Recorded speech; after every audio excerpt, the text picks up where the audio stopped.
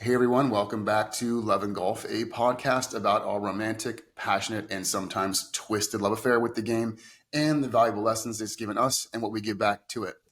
My next guest is quite literally a golf fanatic, eats golf, breathes golf, and lives the game.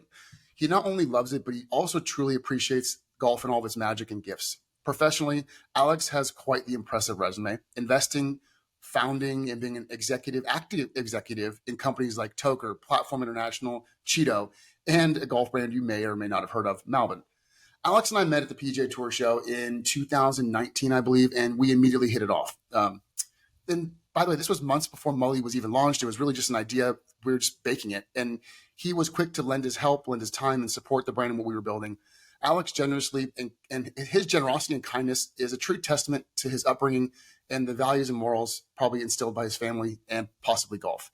So, Alex, you're a friend. I'm super happy to have you on Love and Golf and dive into your story and your connection with golf. So, Awesome. Yeah. I mean, thanks for the intro. And, it's been fun to watch MULLIE build as well. I remember day one and the early trench days, and it's been great to see it come to fruition and what you guys are adding to the game. And I think that's kind of been one of the really cool components of golf recently. And when I say recently, I mean over the past 5-6 years or so is kind of watching people who have such a passion for the game and who the game has touched in so many ways kind of come together in these communities and these networks and really kind of excel the game forward from different standpoints. So it's been cool to watch on your side, and happy to be here. Dude, I appreciate you saying that. And, we follow each other on Instagram, and it's no stranger, to you and I, that the lifestyle we live, the life of an entrepreneur. You and I bond in that way because I think a lot of people, what Hollywood does, what the movies do, what stories do, books, they glam that lifestyle because they tell the story of the success. They tell the story of life. Look at all this, the fun stuff after. They rarely show you the stories of the stress and the time and and I love that, like, when I follow you, I know that you get it. And like, I could be having a bad day and I'll see you just post something. And it's like, yeah, dude, like, just keep going. So, and I could say the same thing about you, man. Like, I know you have had ups, downs, lefts, rights, but you've had some success. And I know you were an active participant in the MALBON success, a few years ago. Love to dive into that. Would love to dive into Chido because I know when I met you, I didn't know you had an interest or a knowledge in the beverage game, but yeah, you now have one of the biggest ready to drink brands. So we'd love to talk about that. But before we dive into all of that, I kind of want to tee it up. Like, how did you first meet golf? Because I know you love it. So when did you first come across it?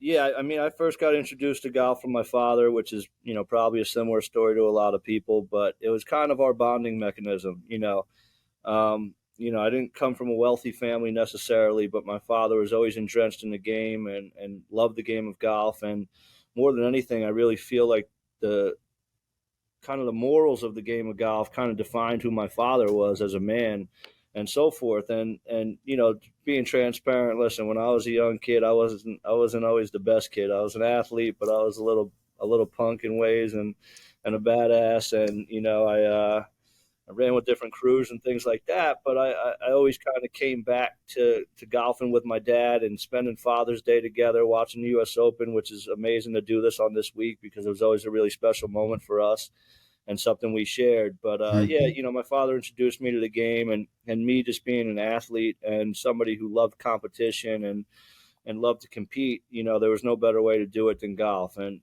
I played other sports, so kind of I played young, I don't know, maybe 9 to 14 or something like that. And then, I was really focused on lacrosse and things like that and just kind of being a teenager and so forth. And then, really got re-engaged with the game kind of after college and just fell absolutely in love with it again and became overly obsessed with it. And, to date, it's one of the biggest parts and best parts of my life and means so much to me in so many ways. So thank you for sharing that, bro. When was the moment where you're like, I'm addicted to this? Because I think a lot of people are having that now, they take it out, play it for fun. And there's that infection point. Do you recall when like that took over, when golf became just that like healthy addiction? Yeah. I think for me, it was probably when I was like somewhere around 23 years old. And I don't remember the exact date or year, but I do remember the point. And I remember it was a point where when I was young and I would play a lot, like, yeah, I had a few friends that played, but it wasn't like my whole community. Um, and I think as I got older and kind of, I wasn't playing football anymore. I wasn't playing basketball anymore. I wasn't really playing lacrosse anymore.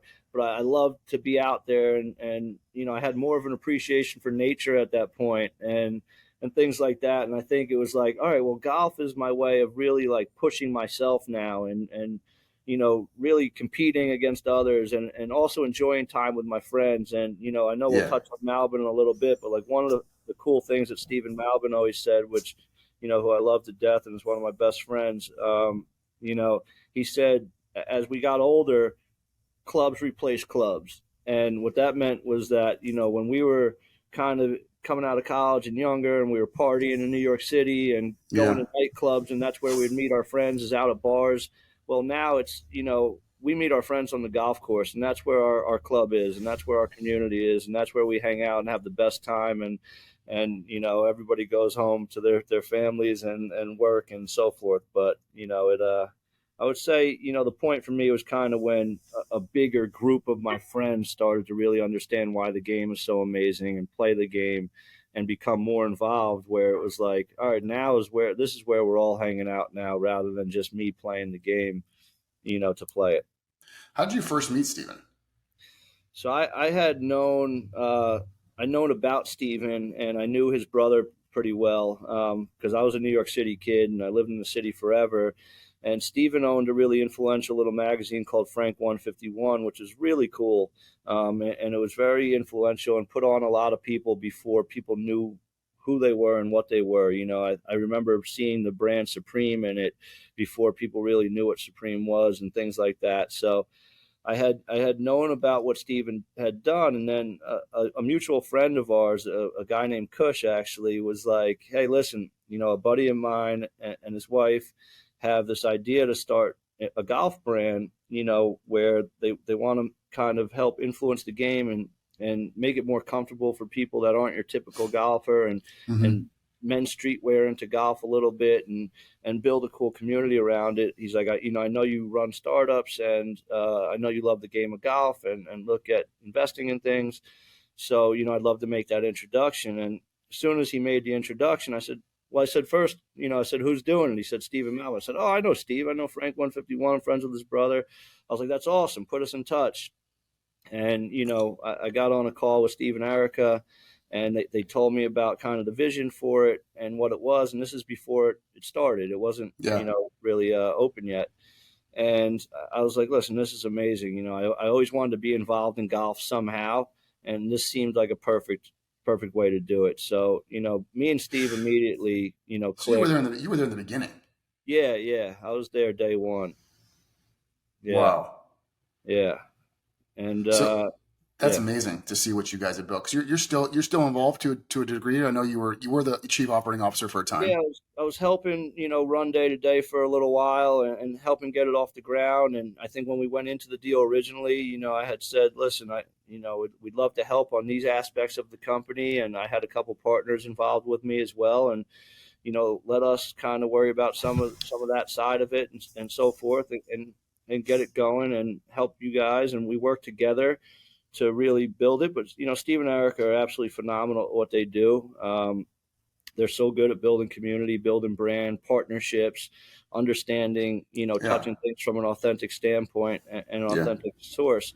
And, as it kind of, I remember we like opened the store on Fairfax, which is a really cool concept in itself, being Mm-hmm. on in a streetwear block where you have brands like, Supreme and A-Life and things like that. And then you have this golf shop that, is cool. And all of a sudden it's got people hanging out, and we're throwing little events. And I remember like pretty early on, This was like just, pre-pandemic too. yeah, yeah, this is like probably 7 years ago at this point, Yeah. maybe 6 years ago or something. And I remember early on, we like, Justin Bieber's wearing the hat, and I'm like, geez, this has a lot of legs to it. I'm like, I think let's bring in some more capital and do things. And at that point, I got a little more involved in the day to day. I had moved out to California for a couple of years to, work in the shop and work in the back office and things like that. And, it's been amazing to see what it's turned into. It's been incredibly fulfilling to see the community behind it, the loyalty behind it, and just where it's going now. So it's been an exciting journey. Yeah, that's an entrepreneurial dream, right? To see idea to execution and now into scale. I think scale is probably the hardest part. And not everyone gets there because there has to be I'm not gonna say a lot of luck, but there's luck, there's timing, there's the sweat equity, there's patience. So, I mean, dude, you got to pinch yourself sometimes, everyone involved at that stage to be like, wow, dude, look at what we've become, because it's got to be one of the biggest brands in golf, especially in like the new era, right? Malbon the brand has inspired so many now other lifestyle golf brands that are helping fill that void of, I want to go play golf. I just took it up. I don't want to wear polos. I don't want to wear Peter Millar. I don't want to wear the standard outfit, the golf, look. And it's pretty amazing. Students golf, even Metalwood, Cole is a product of Malbon, so there's just a lot. Yeah, I mean, it was really cool. I mean, for me, I've been a startup operator my whole life before Malbon Same. and so forth. So, Yeah. you understand it. And it's, you never get to check out in startup life. And you wake up in the trenches every morning, even when things are going great. There's still some department is still having problems, and those problems are yours, right? So it was at least very cool to do that within a game and an industry that I'm obsessed with and love, right? So, like, I tell people, I'm like, out of everything I've done, working in golf, for those few years, and still involved, but when I was really entrenched in it, it was awesome. It was fun, even in the tough times. It was fun, and that's when that statement of if you love what you do, it's not work. That's when that actually felt real to me. Mm-hmm. Was when I was working with Malbon, and Mm-hmm. on top of that, it was just really cool to see see the influence behind it, and to work with big companies, and sitting with Nike's marketing team, and sitting with the Wasserman Media guys, and these big guys in the industry, and to really have our input be valued by them, and to help them push their companies forward. Like, to me, I always use the Nike example because it's one of the biggest companies in the world, and an awesome company. And it was really cool that we felt like we actually influenced them a lot, and we still do with everything they're doing now and how they've extended the golf line and so forth. But, like, I remember we used to sit with Nike's marketing team, and we'd be like, they'd be like, listen, how do we get this bigger, and how do we influence the game more and grow it? And we'd be like, guys, it's obvious to us, like, Nike sponsors some of the most major athletes in the world, from baseball to NBA to NFL to every sport you could think of. I said, but all you guys are doing is putting out marketing campaigns behind Rory McIlroy and Jason Day, which is great for the golfer, but the inner city kid might not even know who they are, right? And we said, you have all these other athletes that are obsessed with the game, and they're off season, it's all they play. They love it. They're, public about it. And you guys don't shed any light on that. Why not start to build campaigns around these other guys, almost where it's a Bo Knows campaign back in the day, where he's got football shoulder pads on and a baseball over it, throw a golf club over their shoulder and start to market it that way. And I think, you've now seen that come into play a lot with guys like Steph Curry, who have really pushed the game forward, and shown their fan base that they love this game, and golf is not some boring game that it had its stereotypes about. It's actually an awesome game. It's fun. The biggest athletes in the world are obsessed with it because they can't conquer it. The biggest powers are obsessed with it, and so forth. But more than that, anybody can play it, whether it's your first time playing or you're a pro. You can compete because of the handicap system and being out there, and more than anything, enjoying some of the most beautiful landscapes on the planet, and doing it with good people, and having a good time doing it. Yeah, man. And I could not agree with you more, Alex. I think you touched on something. Yes, I agree. Everyone can play it, of all ages, any place in the world. And in fact, some of the destinations have some of the best golf in the world. But there's a magic to golf, and I keep saying this, and it's probably people that listen are probably like, Mike, shut the fuck up. But like there's a magic to this game, dude. And I'm curious to know like what you think it is, if you have your opinion on it. Because if you think about it, if you think about golf, actually, like, it's a ball you hit in a field.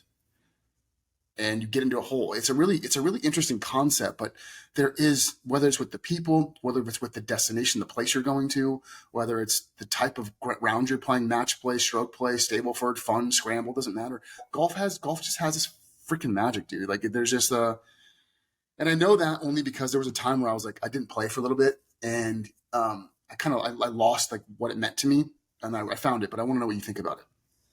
Yeah, I mean, I think there's a major intangible value to golf, right? And I think for each individual, sometime that's an individual thing, right? For me, I've found a lot of peace in tough times through golf. It's the most I feel relaxed. Again, not always going back to the startup thing, but I live in stress. I live in the trenches. I live in problems. I live in never getting to check out. So being on the golf course for me is something that allows me to feel checked out for Mm-hmm. a second. Yeah. And helps bring peace to me and so forth. But I think, to me, I think one of the major parts of just what's so special about it from an intangible stake is like just how relatable it is to life from every aspect, right? I thought it was funny because I was a big Seinfeld fan, and like Seinfeld just related to life, right? And that's why it was so funny, because it was this modern day take on these little quirks of life that was hilarious. And to me, golf is a lot like that, right? Like golf is one of those sports where, when you're playing bad and you're down, you never think you're going to be good again. And when you're playing great, you think you could be on the PGA Tour, next. Yeah. And then it slaps you in the face and brings you back to reality, right? And it's this up and down roller coaster that is also the roller coaster of life.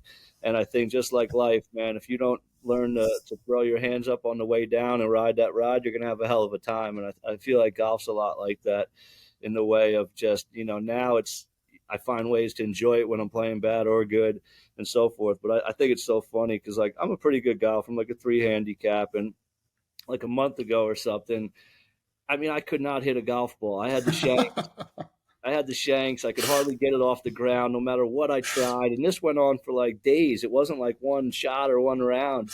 And I'm like, well, I can't believe this. Like, I'm losing sleep over it almost. And then, some kid comes up to me on the range and he's like, dude, I can't watch this anymore. He's like, put this bottle in front of you. He's like, take a couple slow swings, miss the bottle. I do it. He puts a ball down and I just stripe it. And from there, I'm now playing phenomenal golf again. And it's like, to me, it's just like, it's the way life goes. It's when it rains, it pours kind of thing. But then when it's good, it's great. But yeah, I think to me, it's kind of the intangible value of just what it means to you as an individual that brings this nostalgia to it and this specialness. Yeah, I think everyone can relate to that. Thanks, man. I think no matter who you are in the world, we all have. I was just talking to a friend about this. Everyone struggles. Struggle is what unifies us as human beings. I don't know the degrees of your struggle, but golf is like that healthy escape, and it was like that for me in my childhood, my parents' divorce, and battling my own things. And rather than get into drugs and shit when I was a kid, I just went to go play golf, which is probably just like a drug too, because I was a fiend, man. Like I was like summer times, like I was literally there at sunrise and was there at sunset. It was just, there's something magical about it for me in my life. And I think if anyone listening or that's playing, I'm sure it serves a purpose for them in that realm as well. So that's absolutely well said. So my next question, are you just a glutton for punishment? Because after startup, like are you just addicted to that? You know what? So I guess so. I'm addicted to the art of the deal, which has then put me in startup world. And I love building brand. I think that's extremely fun to me. I've told many people, I said, Chido, which is a canned tequila cocktail that's been a fun ride and is doing very well, built in South Florida and New York. I've told people, though, I'm like, this is my last time operating. I said, I'll continue to work deals. I'm very interested in starting a venture fund down the line. I want to stay involved in brand and startup and so forth, but this is the last time I'm operating. I've been operating startups now for 17 years in different industries, and you're exactly right. It's you got to be a glutton for punishment, and it doesn't stop. I joke with my brother a lot because my brother's a successful attorney in New York, and works his butt off and works long hours and stressed out a lot. And I tell him, I said, listen, the one difference is you get to check out. No matter how hard it is, you get to check out at some point, whether that's on a weekend, whether that's after 5 p.m., 7 p.m., you get to check out. and it's the company's duty. And, for us, as you understand fully, we don't get to check out. It's 24/7. You take a lot of responsibility on your shoulders. You take a lot of, people's belief on your shoulders, and, and then your employees, which is, first and foremost, and doing right by people who have joined you in the journey and joined your team, and taken the ride with you, and put their lives into it, and so forth. So it's a hell of a world. And I think you honestly, you said it perfectly in the beginning, is it's so glorified, through what people think, right? Just seeing a lifestyle or seeing things. And listen, through Instagram, we all know, a lot of times you have to portray that for brand, because you're trying to build a community with the brand and keep people involved and so forth. But there's so much behind the scenes that doesn't get glorified, that doesn't get seen. And people just don't really understand, what it takes behind it, and the work behind it, and the stress behind it. And, it weighs, it gets heavy. And I think any startup operator, big or small, will tell you that. And you see it on the biggest levels as well, man. You see, Apple and companies not paying bonuses. You see, things happening in the world, and it all comes down to the little guys as well. But yeah, for me, this is the last one I'm operating. I'll continue to build cool stuff and be involved, and I love that, and want to build some special things. But yeah, We're doing a great job, and I want to, share as much as you can about this. I'll ask. There's, Malbon. I don't know if that is, and this is about Chido, but I relate to Malbon because I see what you're doing with the community, how you're enrolling community. It's like community first. And I did that too. Community first commerce, Malbon's a community first brand. Chido's a community first cocktail drink. So it's like you see a lot of these brands going community first and enrolling, have your battle cry, have your mission statement, and collect fans that become ambassadors, that become customers. I think that's a really valuable recipe in the world of business. What did you learn from the Malbon? I'm gonna call it the experience, because that in my opinion, as a marketer, as a businessman, entrepreneur, that was, from the outside looking in, almost flawless. Just the design, the storyboarding, the look boards, and all of a sudden the partnerships, the collaborations, then the brand drop. It was just, you couldn't have scripted a better. I'm sure internally it was not like that. Internally it was probably like, oh, what the fuck's going on? The house on fire, right? But I'm curious to know, looking back on your days at Malbon, how did you, and you have a business partner, right, in Chido? Yes, my buddy Rolly, he owns Roar Organic too, a non-alcoholic drink, but one of my best friends, and been in beverage forever. So it's been fun to build something with one of your best friends. So yeah, a lot kind of like Steven, right, friends? So how did you take what you learned with Steven and Malbon and take it over to Chido? Yeah, so I learned so much with Malbon, and I had thought I knew a lot before, because I had been running my own couple startups before that for 15 years. One of them was extremely successful, a big event production company named Platform, which became number one in the U.S. in art fair production, and then spun off and has done events like F1 in Miami and BTS and some big things. So, awesome. I thought I knew a lot, but I learned so much from Steven and Erica in the value of brand partnership. I think was one of the big things for me. And then also understanding people's mindsets of how they look at things behind brand. So, my companies that I built before were more service style companies and production things and so forth. So, yes, we built brand in them, but not like we did at Malbon, right? Mm-hmm. So I learned a lot from kind of understanding the perception of that and the take on that, and also seeing how it was transitioning into modern day marketing, or how I see modern day marketing, which is a lot of partnerships and collaborations, and trusting communities and touching communities from an authentic standpoint. And I think a good example could be like, with Chido, right? We're very focused on golf, right? We love the country club programs. We love to be in there. It's a perfect convenience, grab and go drink. You could drink a lot of them throughout the round. But you can't just raise your hand and say, hey, we're a golf drink, right? But when you start to do fun collaborative experiences with companies like a Malbon or, a Grayson or something like that, well, all of a sudden they're saying, hey, this is a golf brand. And mm-hmm. You're accepted through their trusted avenue into cool and into their space and so forth.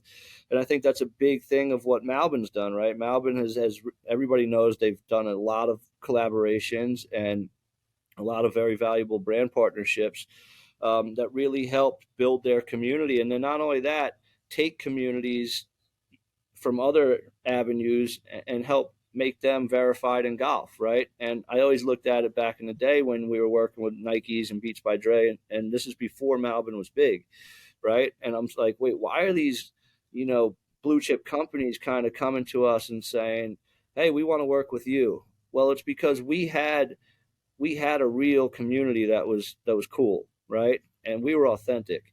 So they're coming into space and saying, hey, we want to enter through you and touch your community. And if we do it through you, we're doing it through a trusted source, which then makes it real, right? And I think that taught me a lot about brand. And then I think one of the other elements is just understanding people's perception of how they look at things and how they look at brand. And I think one of the coolest things Steve Malbon ever said was, I think it was in Forbes magazine, and he said, why was Wu-Tang Clan wearing ski goggles in the middle of New York City in the 90s? He said, they don't ski, it's not snowing, but skiing's rich, right? And skiing is a high-end society type thing. And golf was like that, right? Golf was positioned as this high-end society, rich sport that people wanted to associate with. So I think it's been really cool to see Malbon not only bring people into the game and get them to become golfers and love the sport, but also just touch people that aren't even playing the game and get them to promote the sport. So moving on to Chido and how that's progressing, because I'm definitely curious to know progress and like the learning lessons from an entrepreneur, and how has golf at all? Because I know you mentioned the learning lessons from Malbon community. Like how has golf influenced or impacted the building of Chido, if at all? Yeah, so Chido, I mean, first off, and how'd that come about? Why don't you give us like the founding story of where that came from? Like, what was the idea? Like, all of a sudden you're in golf, and then bang, Chido comes. Yeah. So when I moved back to Florida from working with Malbon in LA, the pandemic hit, and as I mentioned, one of my best friends in the world, Rolly Nessie, who's the founder of Roar Organic, he's been in beverage his whole life, and me and him always wanted to do something together, and we were always pinging ideas off each other and showing brands and so forth. And when the pandemic hit, in all transparently, we were sitting there. He was down in Florida because his father-in-law lives here, and we were just drinking a lot during the day and so forth. And we're like, listen, we love the convenience. We love the attributes of these RTD drinks. We love the convenience to grab and go, the ability to drink a lot of them throughout the day. But we felt like the products in the market weren't really conducive to the last trait because most were made with malt liquor. And you don't want to drink malt liquor all day. It's not good for you. You feel like crap the next day and so forth. And with tequila becoming one of the fastest growing spirits in America, we felt like it was a perfect spirit to use as a base.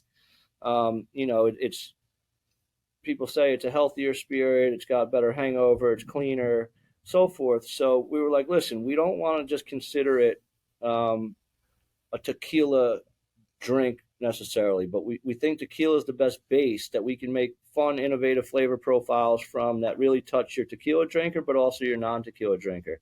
Mm-hmm. And then I think another big element for us is as we looked at the space and coming from Malbon, I really felt like beverage branding was really stale and stagnant. And I felt like we can do it justice. And I felt like we can build something that was diverse, not only from a demographic standpoint, but the ability to transfer well to merchandise, POS, partnerships and collaborations, right? So, a big focus for us is like, we came out and we said, listen, we don't want to fight the margarita wars. We have a sea salt margarita. We think it's the best in the biz. But we really want to play off innovative flavor profiles, really, push things and be as crazy as we can be with it. And, mm-hmm. We want to bring art, fashion, music, and sport to can. And we don't feel like others can do that with their design and with their can. So like we hold the heritage of our oval, which has our branding in it. But now, we could do things like bring a Murakami painting to can and start to push ourselves through other avenues. So, Chido was born in South Florida, and in Jupiter, which is a big golf community, obviously. And golf played a huge role in it because I think, the base story is before the pandemic and before all of this, Rolly and I were playing in a member at our club in Long Island together. And there's a huge Calcutta behind this thing, man. You're playing for like, $30,000 in your flight.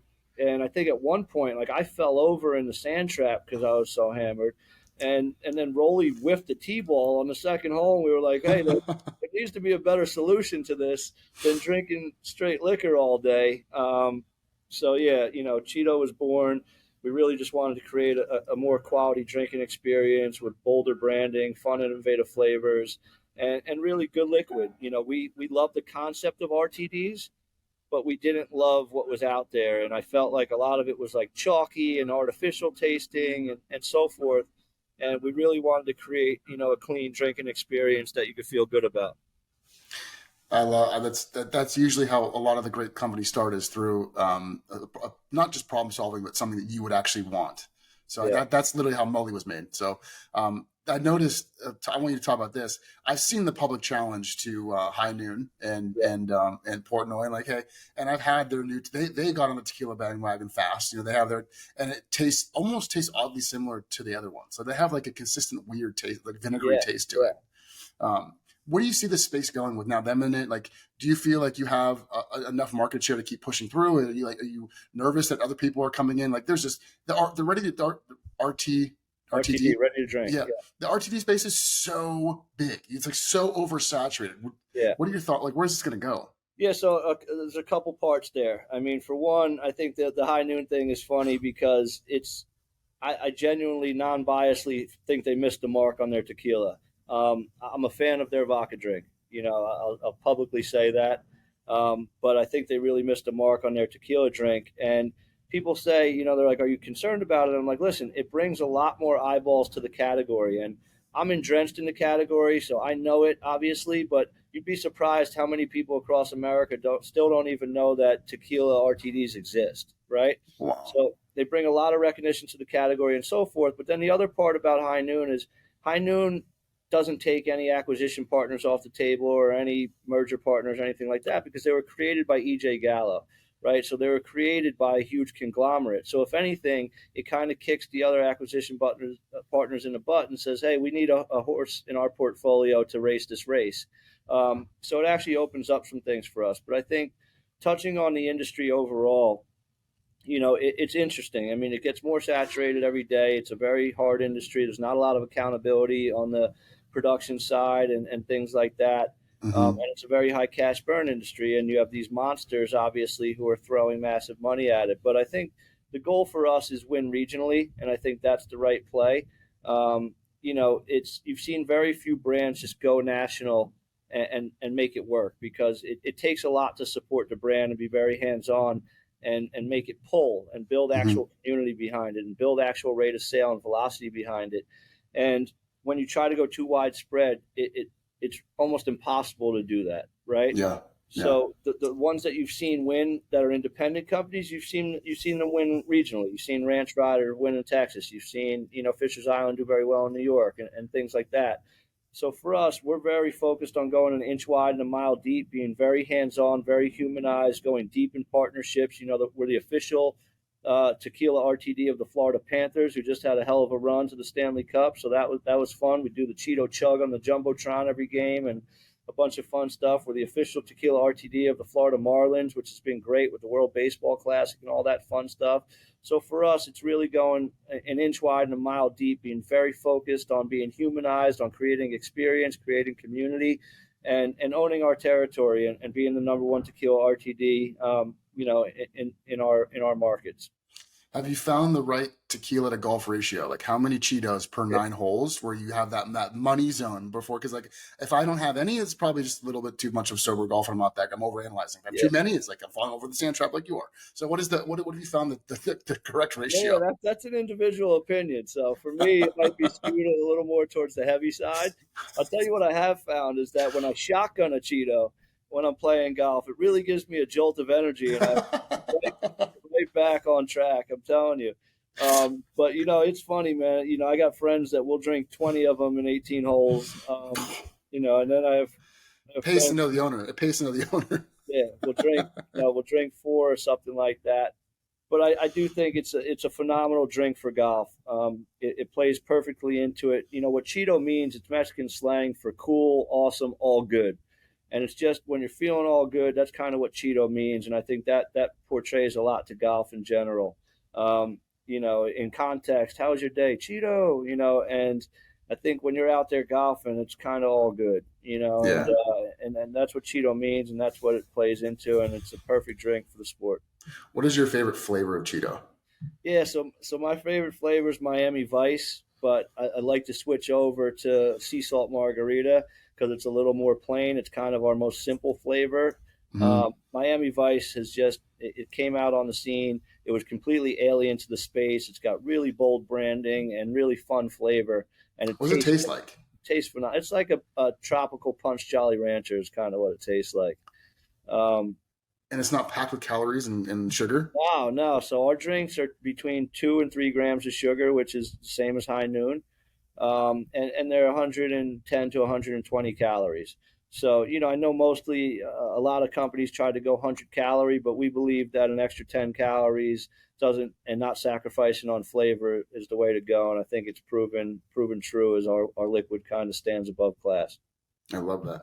So what's next before we just wrap up soon? Like, tell me what's next in the world of Cheeto, you, golf, like traveling. I mean, like, what's just going on in the world of Alex? Yeah, yeah. I mean, for me, man, I'm in grind mode right now with Cheeto. Enjoying summer and building some cool relationships with the brand. Really spreading the golf program across our markets with the brand and so forth. But I think what's Hmm. next for Cheeto is we've built a velocity model, right, and a good rate of sale model. So just to kind of go back on that piece, it used to be a gross revenue number within the space, but that's changed because partners have become wise to that, and they say, "All right, Hmm. you've done 200,000 cases. That sounds good, but what's behind that?" And Hmm. and some of these brands are like, "Well, we're in 50 states. All right, so you did 4,000 cases a state. Well, that's not good, right?" And the average rate of sale per index is about zero point 0.5, which means you sell zero point 0.5 cases per account per week. In our market, we're triple the index, so we're at 1.5%. So we're building a real velocity model. So the reason I'm saying that is because we really focused on Jupiter down through the Florida Keys, which was our core market. We built real community, we built real velocity, we built rate of sale, and now we're going expanding through the Orlando area right now, and then over to the Tampa area as well. So for us, for Cheeto, it's expansion through the rest of the state of Florida. It's putting a lot of emphasis on Georgia and New York right now and building them into similar programs that we did here in Florida.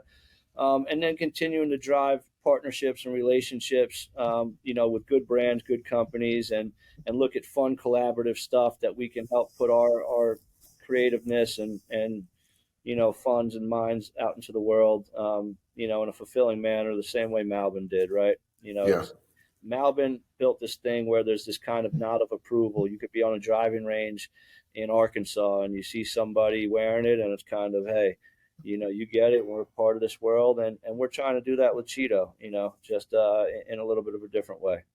Yeah, I have noticed that the Cheeto, I'm saying, how do I say this respectfully? Some of the Cheeto ambassadors are quite attractive people. Yeah, yeah, And there are a lot of attractive people in Nashville in that demographic, and I'm saying maybe if you need some support in Nashville, I'll be happy to help you for because sure. this is the bachelorette capital of the world. It's like Vegas for women. Yeah. So if Cheeto wants to expand up in the Tennessee area, bro, I got you.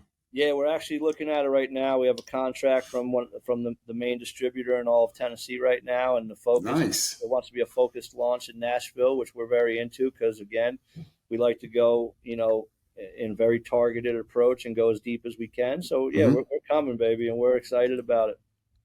Well, brother, I appreciate your time. To wrap up, let's go back to the beginning of it, right? You have been through the ringer. I mean, family, Yeah, business, stresses, everything, bro. yeah, Um, I think that I like to wrap by. I just want to say thank you for being a friend. Thank you for being a sounding board. I hit you up all the time. You're slow to text back because I know how busy you are. I got, right, I got right, you to it. right. Oh, But imagine that. but when you do, and I appreciate it, man. You've offered a lot of support where you can, for Mully and myself. So I want to thank you. And then I guess to wrap, what thanks do you have the people that may be listening, just to the industry as a whole? Like, so just kind of like some closing words. Yeah, absolutely, man. I mean, first off, I appreciate that, but I think, from my standpoint, I'm forever grateful to kind of everybody who's been part of my journey and on every level. I'm one of those guys who I'm forever learning, and I'm forever a student, and it's not just in business, it's in life, in people's mindsets, in their actions, in their relationships, in their parenting, all of it. And I think for me, saying that is because golf has introduced me to some of my greatest friends in the world. It's some of the best people I know. It's some of my closest friends to this date, and it's also built my bond closer with friends that I had already had before. So I think what that means to me is so special because it's built my world and kind of the compass I live in. And from that, I'm forever learning and being inspired and being touched and getting support and sympathy and help and love and fun and laughter, all of it combined. And I think it all comes through the lens of golf in some sort of way, which is really, really cool to me and makes me really appreciative to not only the game and the sport, but to everything that surrounds it. That's really well said, brother. Well, thank you for your time. I can't wait to catch up with you soon and also pay a visit down to you in South Florida and Yeah, man, go I'm play some proud of you. golf. Keep on rocking, man. Mullie's awesome. It's for the people, by the people, and Thank you, brother. we love that to death, man. It's gonna be fun continuing to watch it grow and doing some fun things together, man. Look forward to seeing you and playing, and I'm really appreciative of you having. Thank you, brother. I'll talk to you soon, man. Bye.